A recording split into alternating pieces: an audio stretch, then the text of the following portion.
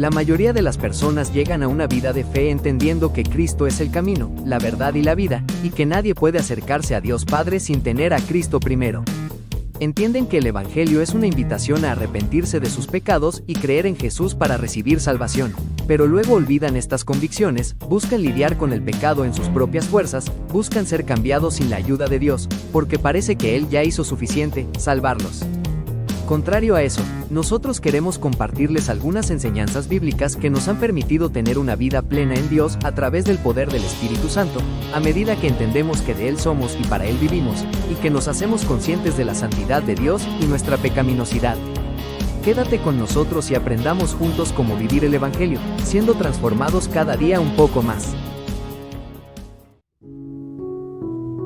Cuando somos salvados por Dios, al ser expuestos al mensaje del Evangelio y por medio del poder del Espíritu Santo, experimentamos un nuevo nacimiento, somos nuevas criaturas en Cristo. Hay en nosotros un deseo por conocer más a Dios y su palabra. Queremos conocer más a Cristo y su obra redentora y también experimentamos ese primer amor. Ese primer amor está experimentado por una pasión por Dios, por querer servirle, por tener una experiencia con la Biblia. De hecho, queremos leerla todo el tiempo.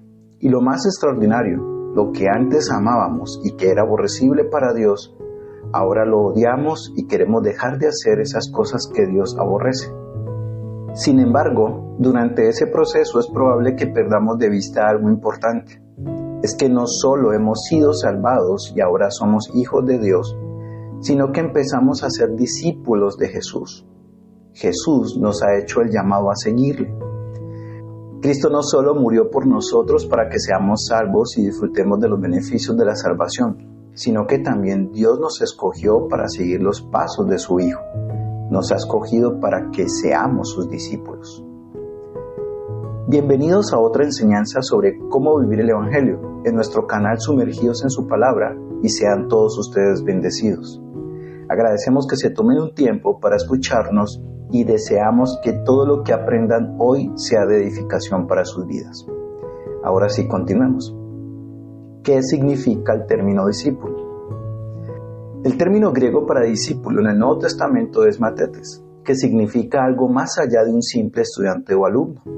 Un discípulo es un seguidor, alguien que se adhiere completamente a las enseñanzas de otro, haciendo de esta su regla de vida y conducta. Para que exista un discípulo es necesario que exista un maestro. El maestro le enseña a su discípulo lo que él sabe e intenta guiarlo en su crecimiento. Esta enseñanza puede hacerse de forma directa, hablando con él e instruyendo, o indirectamente, a través de sus obras o escritos. Ahora vienen las siguientes preguntas. ¿Hay exigencias para ser un discípulo de Cristo? ¿Seguir a Cristo tiene un costo? ¿Hemos calculado ese costo? ¿Somos conscientes que debemos pagar un precio por ser discípulos de Cristo? Todas estas preguntas tienen respuesta, las cuales veremos en la Biblia. Cristo nos dejó saber en su palabra que, si queremos ser sus discípulos, debemos tener en cuenta el costo de seguirle. Entonces, ¿cuáles son las condiciones para seguir a Jesús? La respuesta está en Marcos capítulo 8, versículos 34 al 37. Toma tu Biblia y date el tiempo para buscar este pasaje.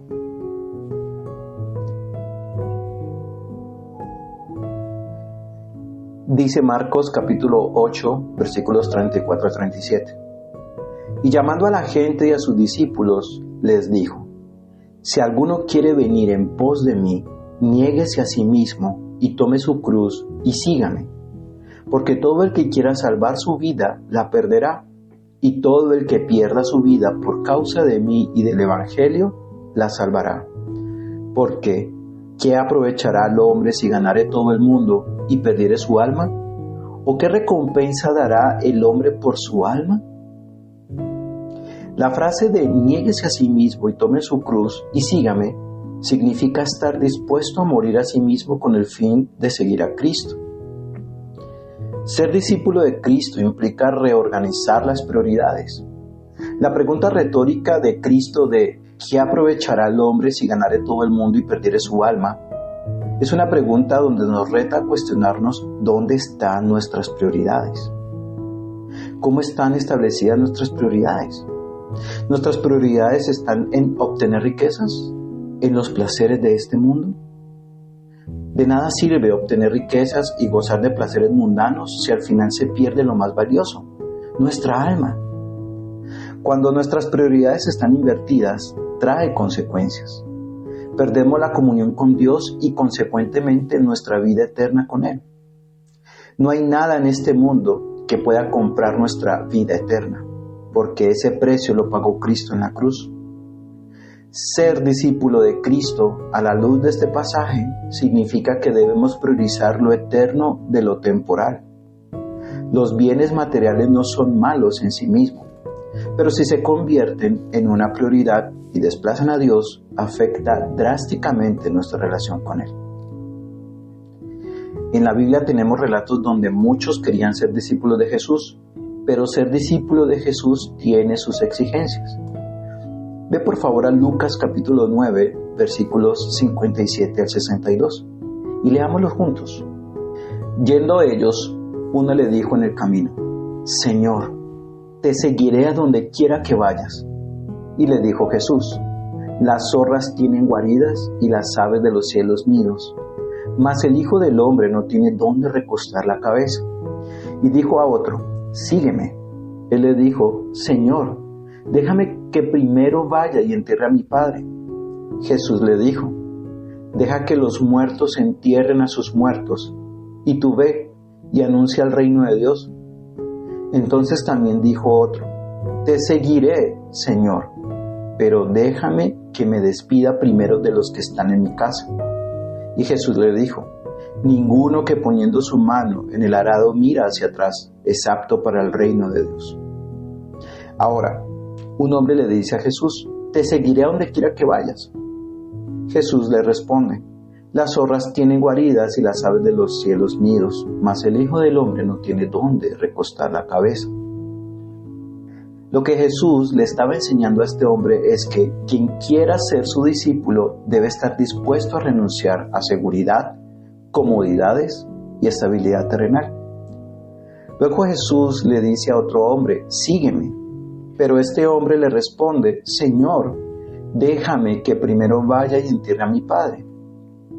Y esta expresión muy seguramente no significa que el padre ya está muerto, sino que este hombre quería esperar hasta que su padre muriera para seguir a Jesús. Sin embargo, Jesús le responde con una respuesta inesperada: deja que los muertos entierren a sus muertos, y tú ve y anuncia el reino de Dios. ¿A qué se está refiriendo Jesús? Se refiere a los muertos espiritualmente. Cristo le dice: deja que aquellos que no me siguen se encarguen de esas cosas. Por último, tenemos a otro hombre diciéndole a Jesús: te seguiré, Señor, pero déjame que me despida primero de los que están en mi casa. La respuesta de Cristo fue: ninguno que poniendo su mano en el arado mira hacia atrás es apto para el reino de Dios. Entonces, ¿qué fue lo que exactamente le dijo Cristo a este hombre? Y es interesante, Cristo usa la imagen de un arado. Un labrador que mira hacia atrás en vez de concentrarse en su trabajo hará surcos torcidos y desordenados. En ese contexto, quien sigue a Cristo no puede vivir con la mirada en el pasado, en apegos familiares o en lo que dejó atrás. Cristo exige un compromiso total y sin distracciones. Ser un discípulo de Cristo es entender que seguirlo va a provocar desacuerdos. Dice Mateo capítulo 10, versículos 34 al 37. No penséis que he venido para traer paz a la tierra. No he venido para traer paz, sino espada. Porque he venido para poner en disensión al hombre contra su padre, a la hija contra su madre y a la nuera contra su suegra. Y los enemigos del hombre serán los de su casa. El que ama a padre o madre más que a mí, no es digno de mí. El que ama a hijo o a hija más que a mí, no es digno de mí. De hecho, Lucas capítulo 12, versículos 52 y 53 amplía un poco más cómo serán esas divisiones en la familia. Dice el pasaje: porque de aquí en adelante 5 en una familia estarán divididos, 3 contra 2 y 2 contra 3. Estará dividido el padre contra el hijo y el hijo contra el padre, la madre contra la hija y la hija contra la madre, la suegra contra su nuera y la nuera contra su suegra. Ahora, continuando con el pasaje de Mateo capítulo 10, pareciera contradictorio cuando dice que no penséis que he venido para traer paz a la tierra. No he venido para traer paz, sino espada. De hecho, Jesús es llamado príncipe de paz. Además, él también dijo: mi paz os dejo, mi paz os doy.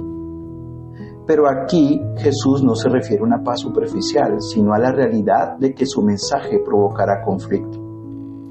La espada es un símbolo de división entre quienes eligen seguirlo y quienes lo rechazan. Seguir a Jesús significa que muchas veces habrá oposición incluso dentro del hogar. Un discípulo puede enfrentar rechazo, persecución o incomprensión de sus propios familiares debido a su fe. Cuando Jesús dice: el que ama a padre o a madre más que a mí no es digno de mí, no está diciendo que no debemos amar a nuestra familia, sino que nuestro amor y lealtad a Él deben ser superiores a cualquier otro vínculo. Dios debe ocupar el primer lugar en la vida de un creyente, incluso por encima de los lazos familiares. Ahora, para recalcar, ser discípulo de Cristo es entender que el Evangelio divide. No es que Cristo quiera causar conflictos, es que la verdad confronta. Ser discípulo de Cristo es entender que seguirlo tiene un costo. No siempre serás aceptado por la sociedad o la familia. Ser discípulo de Cristo es entender que Él debe ser prioridad absoluta. Ni siquiera los lazos familiares deben estar por encima de Él. Seguir a Jesús tiene un costo. Para ser un discípulo de Jesús debemos pagar un precio alto. Dice Lucas capítulo 14, versículos 25 al 33.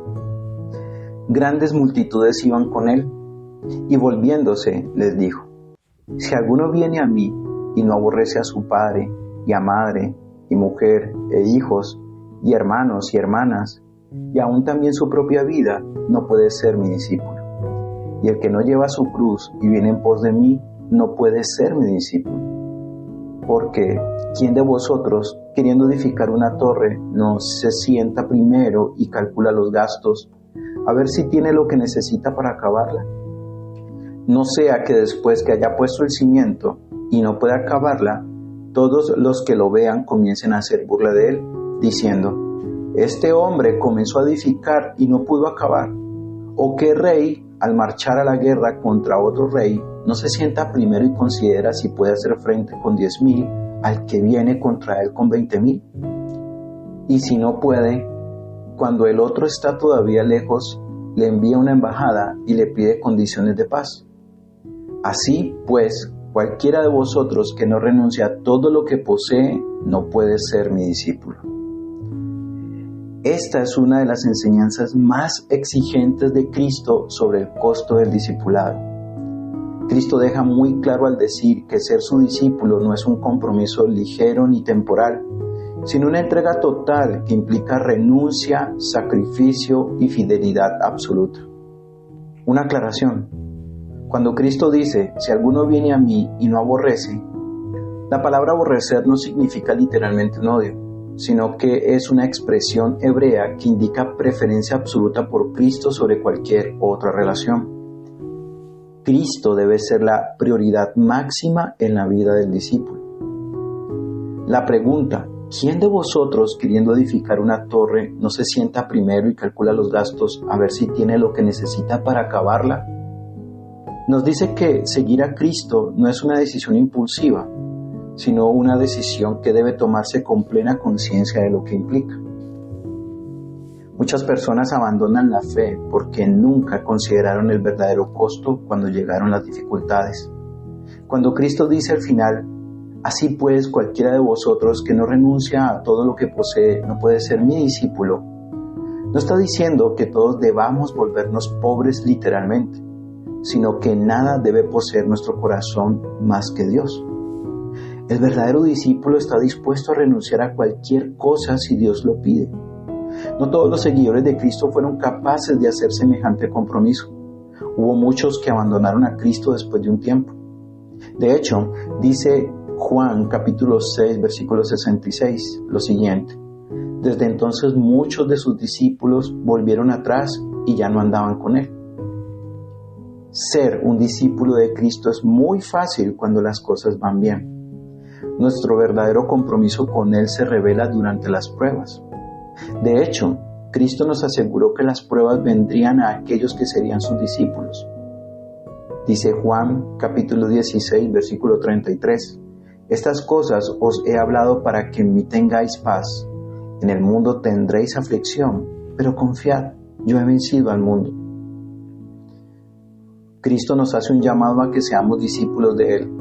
Ese llamado es lo que Cristo quiso decir cuando dijo: tome su cruz y sígame.